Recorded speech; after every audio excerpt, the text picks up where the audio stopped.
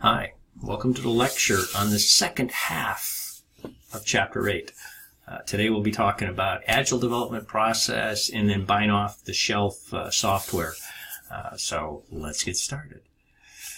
Now, Agile development is basically just an iterative system development.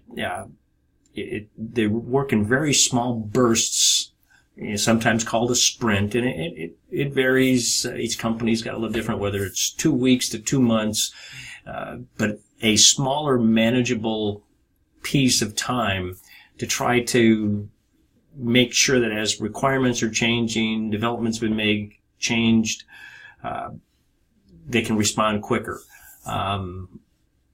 Scrum is a method of Agile development, but it's focused on making sure that all the efforts are focused and moving very quickly.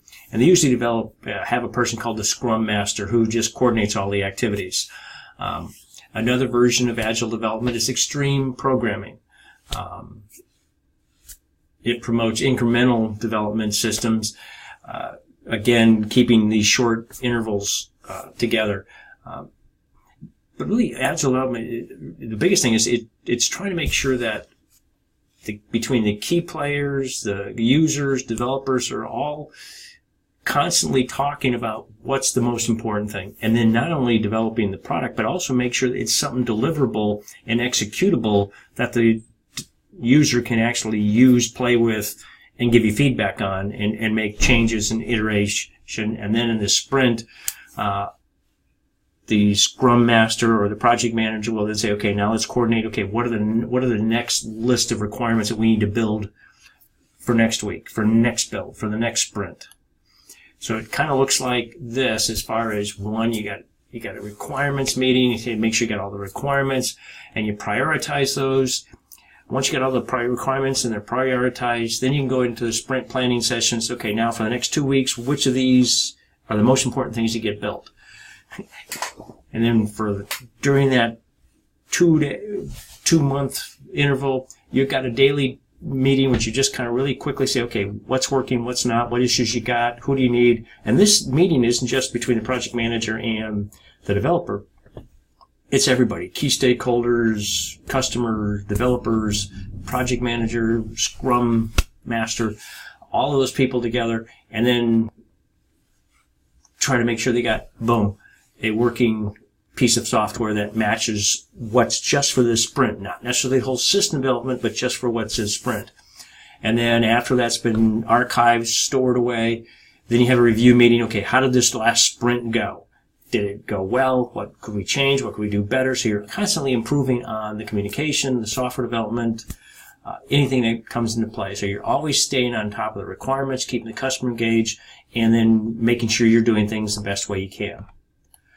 Now, advantages and disadvantages, it definitely gets you application usable software sooner. Documentation, it ends up being a byproduct, everything. It forces a lot of teamwork, not only with customers, but with stakeholders that maybe the waterfall method doesn't give us. Disadvantages, this intense process, this very short deliverable, puts a lot of stress on the developer sometimes and can cause some burnout. Requires system analysts and users to be skilled in Agile development. So it takes a little bit of upfront process development, training to make sure it all goes well. And then it requires a larger percentage of stakeholders' time. So your boss, maybe owners of the company, to make sure that everything that's being discussed and agreed upon is in the best interest of everybody. So your key stakeholders can't just kind of throw it over the wall and kind of wait for the given product. They're part of the development process, which I think is actually a good thing. Now, there's another option out there. We went through a couple here with extreme programming and Scrum. And then there's another one called DevOps. DevOps is a practice of blending of tasks between development and the IT staff to kind of make sure things go a whole lot faster. And this one, instead of a couple of weeks, you may end up having releases launched daily.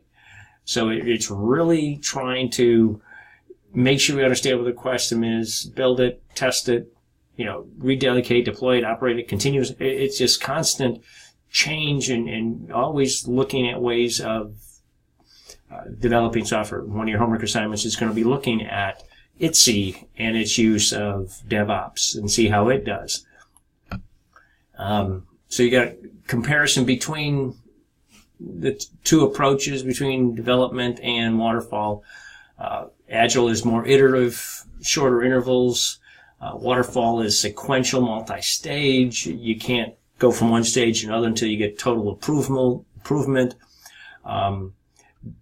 Your basic assumptions, system requirements, you really, in Agile, you don't know the whole system because you're doing it piece by piece. You may know if this is what we want to create at the beginning, but what it's going to finally be at the end, you don't know until it gets there. Whereas in a waterfall, it's critical that everything is done up front before the coding starts. Now, how the requirements and design are refined, I'm usually interacting with system managers, costers, users. Whereas the waterfall, it's a system analyst, system documentations, models, and there's very few.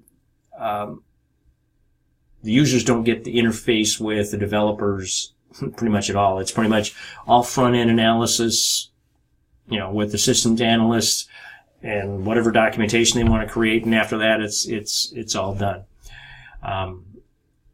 Associated processes, you got Scrum, you got structure and system design.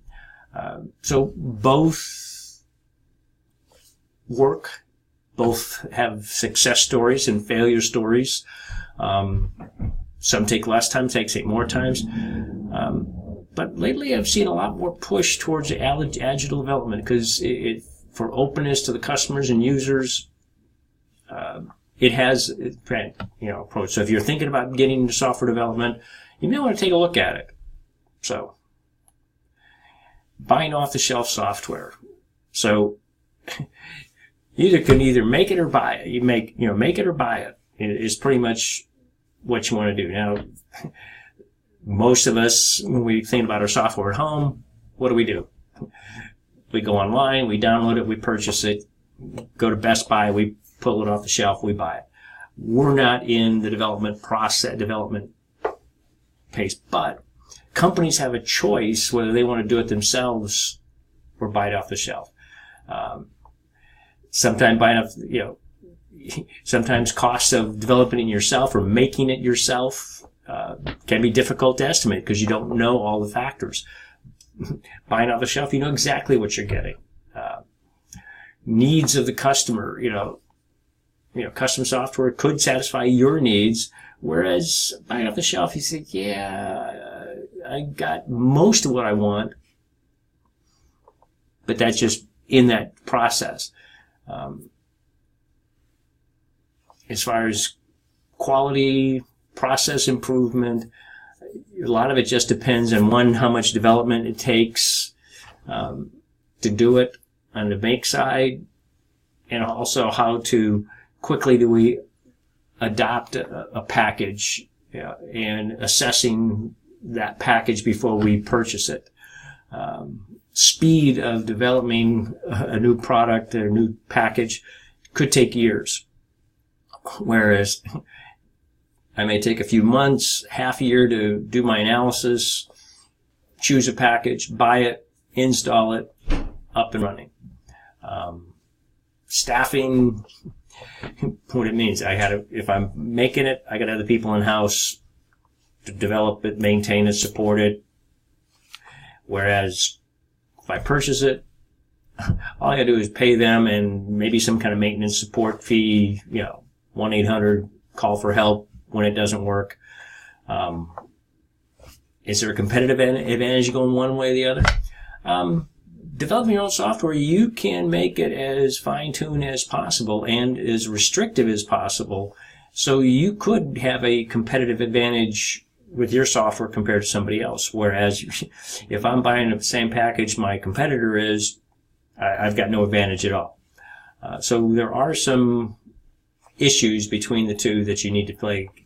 Now, like I said, the biggest key with this, package, you're going to off the shelf is to, how do I evaluate it? So I need to, first thing, here it's telling you the first step is identify potential solutions, but really the first step is making sure you really understand your requirements. What are you looking for? Because I can't identify potential solutions if I don't have a clear, crisp picture of what my requirements are. So that, kind of is one that you need to pay attention to. Then you look at the potential solutions. Who are your top candidates? Make sure you do the research on them, what their financials are, how their development, the quality, other customers. Kind of do an evaluation. Then you, of course, make the selection and finalize the contract. So we'll kind of go through some of those. So identify the possible solutions. Team makes preliminary assessment. Preliminary. Otherwise, I'm looking at what the requirements were, and I kind of get on the web, contact my customers, find out what packages are good, whatever the case may be. And then what I'll do is I'll put a document together called Request for Information. It says, hey, I want to know more information about your needs. What's your package offer? And of course, then, as with any good company, they'll send your sales rep. They'll send, hey, I see you found an interest in my product. Hey, let's set up a meeting to go over it. And they come out and do a demo, give you a list of customers who are using the product, all of that good stuff. Once I've done that, I need to say, okay, now I've got to say, okay, what are my top contenders? So I've got a lot of information from a lot of different companies. Now I got to say, okay, who do I whittle it down to my top 3, 5 candidates, whatever you're looking to, how much you want to, how many choices you want to have. And then you look at types of things, how well did the vendor software appear to meet the needs that you want? Preliminary costs, any timing, information from references, you talk to people who use it, what kind of stuff. And then how's the user been so good, easy to work with? Do you like the sales guy? Is he a pain? Gee, I'm having trouble getting hold of them. They don't respond to email. That may be a key indicator that you don't want to work with that customer. And then once I've identified those top customers, then I got to start to in-depth, detailed investigation, in-depth discussion, 2 or 3 customers with each contender, maybe make a final presentation, see if they can whittle down their price. A lot of different things that come into play when I'm doing that basic research. Once I've done that, now I got to make a selection. And then I'm going to say, okay, how does it, this is where we talk about the watershed, waterfall method, that you kind of put this spreadsheet together, say, hey, give me a weighting factor of all the topics of making this product choice. So in this case, these are some of the things that you could do. How does a solution match what you need? The amount of effort required to integrate the software. How does it perform an evaluation test? What are the relatively costs, both hardware, software? What are the benefits? What are the legal aspects? So there's a lot of little things that come into play when you're making that decision. Then I got to say, okay, fine. I've made my choice. Now I got a contract. So developing this fair contract is, what am I getting? Hardware, software? What's the maintenance contract? How long does it take?